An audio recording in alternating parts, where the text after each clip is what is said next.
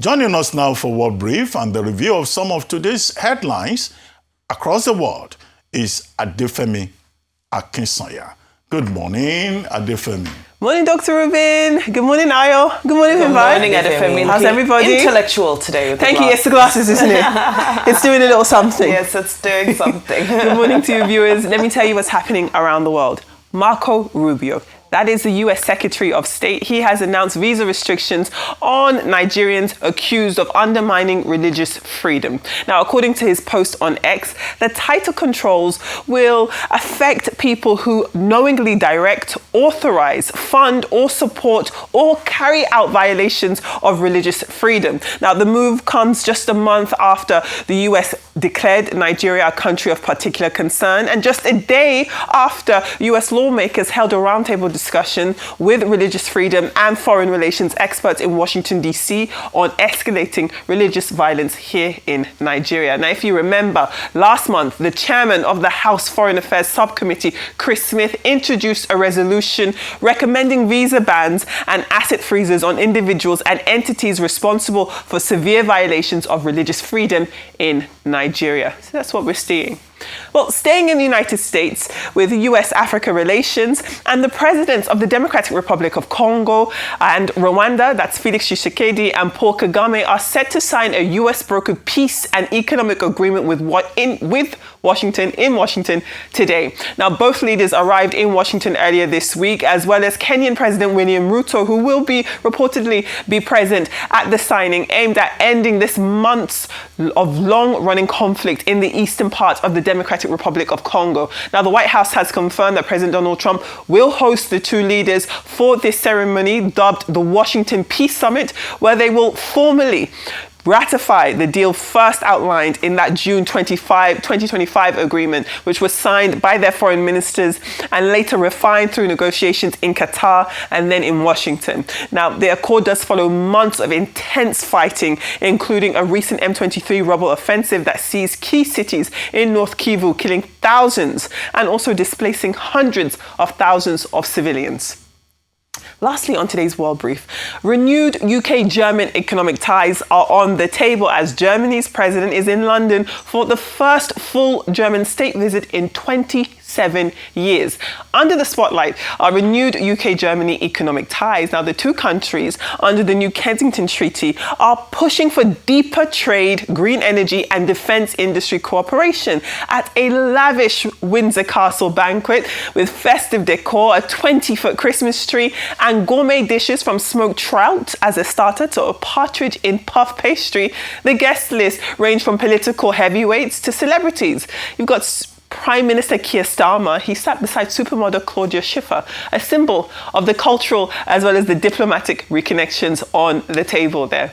Well, before we come over to our colleagues for their conversations, take a look at our newspaper headlines from across Nigeria and indeed the world. As ever, we begin with the front page of This Day. And This Day does leave with reports that the Senate has approved an amendment extending the death penalty to kidnappers and anyone who supports them, treating kidnapping as terrorism. Now, the paper also says that the Senate has opened a probe into this Safe School initiative over funds that have been already spent, despite the fact that continued attacks continue to target schools.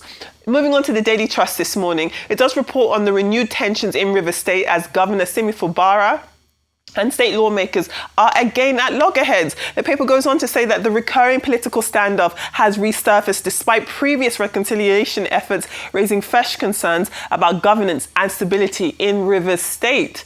Well, moving on to the Daily Sun, it does report that the Federal Executive Council, that's the FEC, has approved the 2026 to 2028 fiscal framework, projecting a 34.33 trillion naira in federal revenue for 2026. Now, the plan sets an oil benchmark price of $64 per barrel and a production target of 2.06 million barrels per day, although the budget will adopt a cautious estimate of 1.8 million barrels per day. Inflation is expected to average around 18%, GDP growth 4.6%, and the fiscal deficit at 20.1 trillion naira. Total Federation revenue is projected to be at 50.74 trillion naira, and that's supposed to be shared across all tiers of government. Let's take a look at some more numbers on the Daily Independent. Now, the Daily Independent reports that Nigeria missed several 2025 fiscal targets despite improved revenue performance. Analysts are saying that structural weaknesses and persistent underproduction continue to push government reliance on borrowing,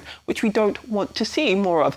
Moving on to the New Telegraph. The New Telegraph does report that the Auditor General has indicted INEC, that's the Independent National Electoral Commission, over irregular payments amounting to 5.3 billion naira for the 2019 card readers, citing procurement violations. The paper also reports that INEC will suspend the first phase of voter registration on December 10th, while voters register will be displayed from December 15th to 21st before the next phase, that will start on the 5th of January 2026.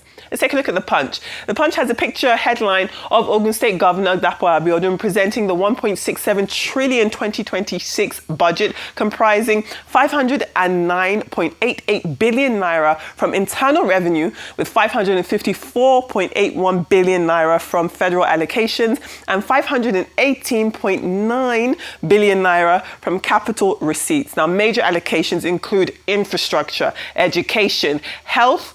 Planned projects cover 450 kilometers of roads in the state, school upgrades, and the Olokola deep sea port, a cotton factory, and as well as a 34.1 megawatts power plant. So a lot of development on the way in Ogun State.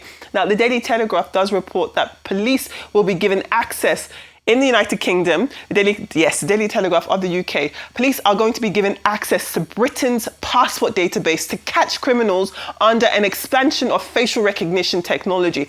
Very controversial at this point. And then lastly, the Metro does have UK Prime Minister Keir Starmer announcing that baby formula will be made more affordable. This is a win for the Metro newspaper's award-winning Formula for Change campaign. Those are your well-briefed stories and your newspaper headlines from across Nigeria and indeed the world. Love to hear your thoughts.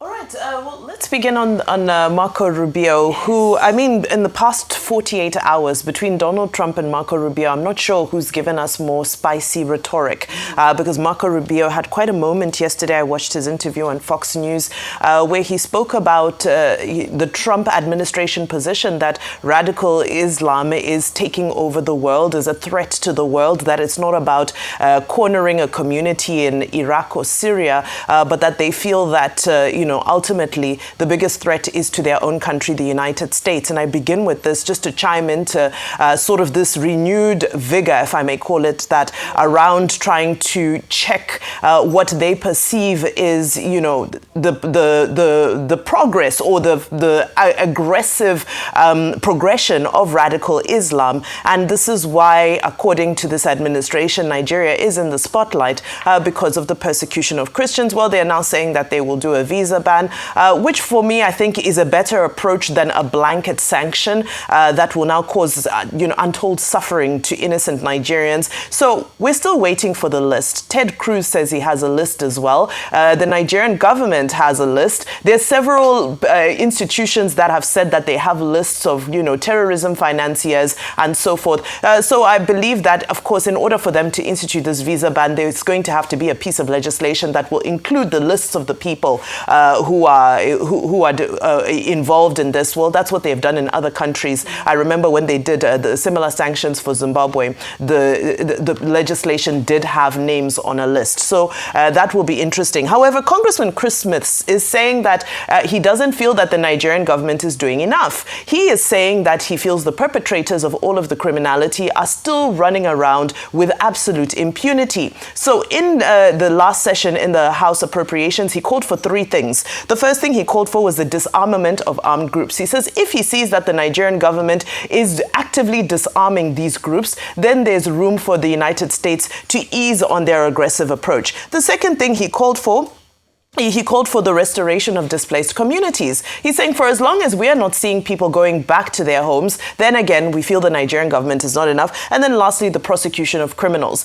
Now, all of these things, we ask ourselves, is it within the United States, jurisdiction to be demanding these things? But unfortunately, we've put ourselves in this vulnerable position. But dare I say, these are the same things that Nigerians are asking for as well. Yes, truly. Yesterday, I made the case around following the Congress's second hearing that the disappointing fact, while it was praiseworthy in the interest, but the disappointing fact is that Nigeria ought to take the lead, and I continue to maintain that. Because if we don't do that, then the US will continue to act as big brother and make decisions like this. Let me go to the US visa ban. This is not the first time the US is employing its powers, the executive is employing its powers under the Immigration and Nationality Act, specifically Section 212, addressing areas where the US government can deny or revoke visas of persons across different spectrums, including violators of religious freedom, is contained under the Act. And as part of that is why they've announced that one of the measures, based on the investigations that they have done, because they've actually had, and they continue to have hearings, is that they would take this measure. Recall that in addition to boots on the ground, guns are blazing, that President Trump had threatened Nigeria. He had also said there would be sanctions. And we have not actually really looked at the ramifications of economic sanctions on the country, especially in the area of the fact that Nigeria receives billions of dollars in aid from the United States of America annually. Already, the suspension of aid to support HIV and AIDS in Nigeria, we've seen. Pardon? PEPFAR. We've seen the impact on how people who are living with the condition have limitations in accessing drugs. We talked about it during World AIDS Day on the 1st, and so it's important for us to highlight the fact. Finally, I say this to say that whilst the US is doing its bits, at least to the extent that they feel is necessary to address persecutions of Christians, Christian genocide, the Nigerian side hasn't done anything. Even if they say there's no Christian genocide, how about the terrorism, belaboring the Middle Belt? What has been done? Where are the sanctions? We only hear of words around, we know who they are, we know where they are. But what has been done? What efforts, what moves have been done? And I still maintain that around the Christian genocide conversation, it's still debatable, because until they're able to investigate properly the people who are worst affected, they cannot legitimately claim that it's not happening. Agreed. Okay, very quickly. The Washington Forum today to be attended by President Felix Tshisekedi of DRC and President Paul Kagame of Rwanda. Now, both countries have been at each other's loggerheads, with DRC claiming that President Rwanda is the one supporting the rebels in Eastern Eastern DRC, causing a lot of problems in Kivu, in Bukavu, resulting in violence and the displacement of thousands of persons. Now, so Washington Forum, both of them are there. The program for today, at 10 a.m. EST, Eastern Standard Time, 5 p.m. Rwandan time, the two presidents will be received by President Trump, Marco Rubio, Secretary of State, and other senior officials to set the tone of the meeting. At 10:30 a.m. to 11:30, they will have a meeting at the East Room. And then at the end of that, both leaders from Congo, DRC, and Rwanda will sign the peace agreement. Now, part of the content of this agreement, we're told, will include, ceasefire, disarmament, possibly access to humanitarian issues. But don't forget, one element in that discussion will be President Trump saying, well, he's trying to make peace, and, America is interested in mineral resources in the Eastern DRC, which is very rich. Now that they can't have access to rare earth materials in China, they are looking at Congo. But of course, President Trump will claim credit for that. After that, statements will be made by the two leaders. Then at 11:30 EST to 1 p.m., they will have what is called a working lunch. And then later after that at 1 p.m., which is 8 p.m. Rwandan time, there will be a press conference, and David will be there. So the question to ask is, in June, America intervened between the same two countries. In November, Qatar intervened between the M23 rebels and also DRC. Nothing came out of that. What will be the way forward? What is likely to happen this time around? That is a big question. Will this lead to peace? However, William Ruto, President Ruto, is there as some kind of guarantor. He being the chairman of the East African community. The other person that I think should be in the room should be that Angolan reporter, Herrera's Venas, when the meeting in June held, and President Trump was excited by pulchritude, telling her, you are beautiful inside. I hope they will remember to invite that Angolan journalist to put President Trump in a very good mood. Finally, diplomacy yesterday in St. George's Hall, King Charles III hosting the German president. Well, some politics there beyond, just having a festive event as follows. The king used the occasion to talk about Ukraine and to reaffirm England's support for the EU, ensuring that Russia ends its invasion of Ukraine. That was a political statement. Yes. Maybe it was drafted by the government for the king.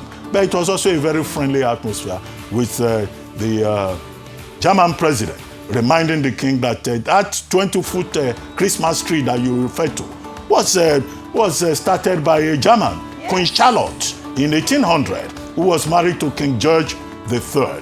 And then some jokes about football. But it was a very convivial occasion with the Duchess of Kent, Kate Middleton, yes, wearing a very special tiara, and Claudia Schiffer also there. Doesn't she? Supermodel always. Some beauty in the room. Yes. Well, let's end it there. Thank you very much, Adefemi Akinson. You're welcome.